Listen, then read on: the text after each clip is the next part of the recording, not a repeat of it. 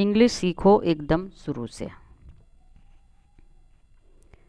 Important, यदि आप इस वीडियो में बताए गए 6 अध्याय को अच्छे से पढ़ लेते हैं तो आपको 50% इंग्लिश बोलना सिर्फ 2 दिन में आ जाएगा, जिन्हें डेली फोकस कर आप कुछ ही समय बाद अच्छी अंग्रेजी बोल सकते हैं।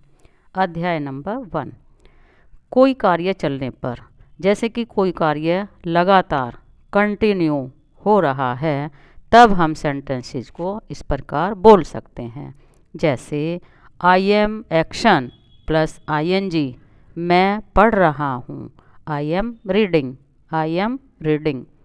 You are action plus ING, जैसे तुम पढ़ रहे हो, you are reading, you are reading.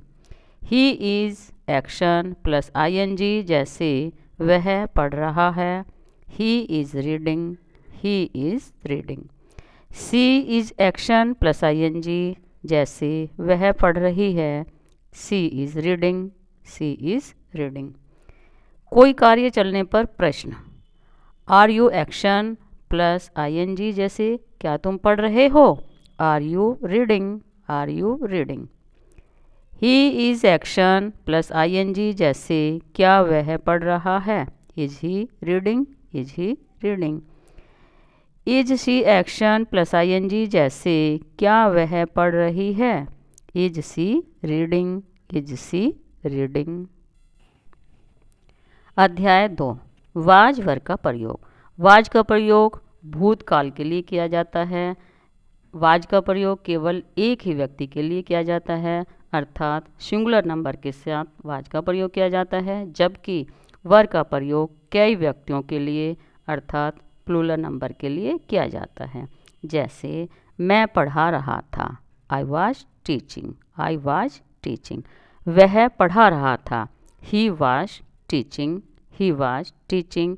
वह पढ़ा रही थी, she was teaching, she was teaching.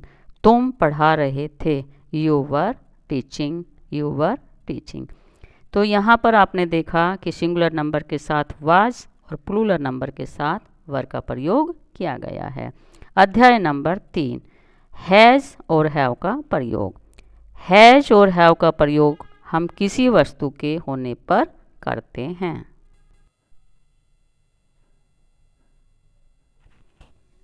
जैसे मेरे पास एक कलम है, I have a pen, I have a pen. उसके पास एक कलम है, she has a pen, she has a pen. तो आपने सीखा कि इसमें सिंगुलर नंबर के साथ हैज और प्लूरल नंबर के साथ हैव का प्रयोग किया गया है। अब आता है अध्याय 4।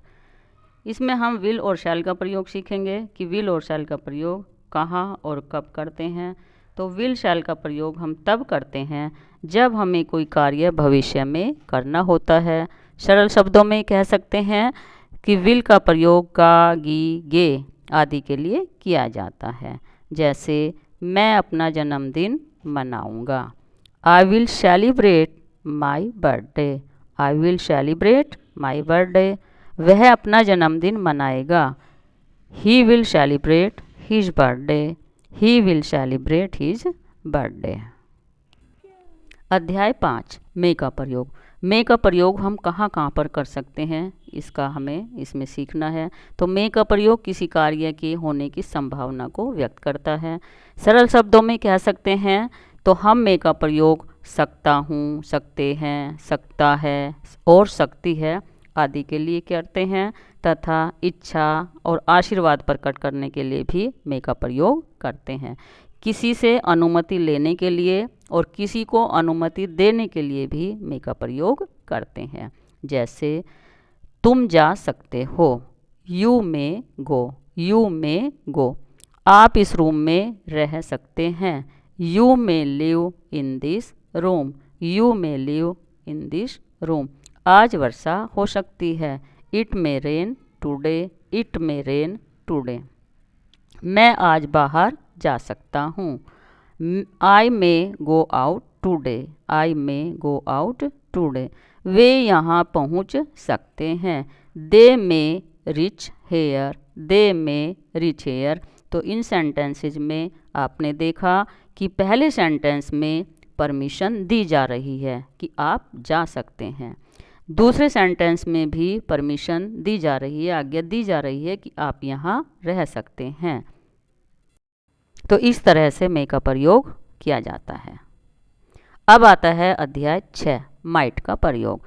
तो माइट का प्रयोग किसी कार्य की होने की बहुत कम संभावना को व्यक्त करता है।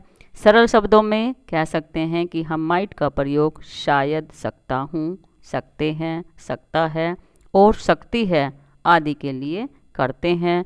यानी कि मे का ही पास्ट रूप माइट है। दूर की संभावना या कम संभावना प्रकट करने के लिए, किसी उद्देश्य को प्रकट करने के लिए पास्ट टेंस में माइट का प्रयोग करते हैं। जैसे शायद मैं आ सकता हूँ, तो यहाँ पर संभावना प्रकट हो रही है, तो I might come, I might come. शायद तरुण आ सकता है, तरुण माइट कम, तरुण माइट कम। शायद तुम उसे हरा सकते हो, तो you might defeat him, you might defeat him. शायद आज वर्षा हो सकती है, it might rain today, it might rain today. शायद आज बर्फ़ गिर सकती है, it might snow today, it might snow today. तो आपने इसमें सीखा कि इन सभी सेंटेंसेस में शायद लगा हुआ है, लेकिन जब हम इनकी इंग्लिश बनाते हैं तो शायद की इंग्लिश नहीं लगाते, बल्कि संभावना के लिए हम माइट का ही प्रयोग करते हैं। इस तरह से माइट का प्रयोग किया जाता है।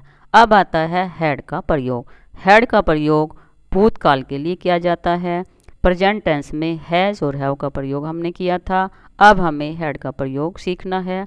तो जैसे मेरे पास एक पेंसिल थी, I had a pencil, I had a pencil.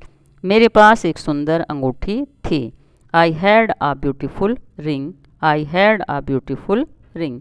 उसके पास एक कार थी, he had a car, he had a car. लड़कों के पास एक बॉल थी, the boys had a ball, the boys had a ball. उसके पास 4 गायें थी, he had 4 cows, he had 4 cause. तो इस प्रकार से हमने सीखा कि प्रेजेंट में पास है, रखता है, रखती है या पास है के लिए हमने हैज़ और हैव का यूज किया था। यही हमारा पास्ट टेंस में हैड का प्रयोग करते हैं, तो यहाँ पर हम हैड का प्रयोग करते हैं। इस प्रकार हमने इस वीडियो में 6 अध्याय सीखे हैं, जिसमें हमने is, am are, was, were, may, might, will, shall, has, have और हैड का प्रयोग करना सीखा है, जिसको पढ़ करके, अध्ययन करके हम आराम से इंग्लिश बोल सकते हैं, अपने सेंटेंसेस को अपनी भाषा में बना सकते हैं।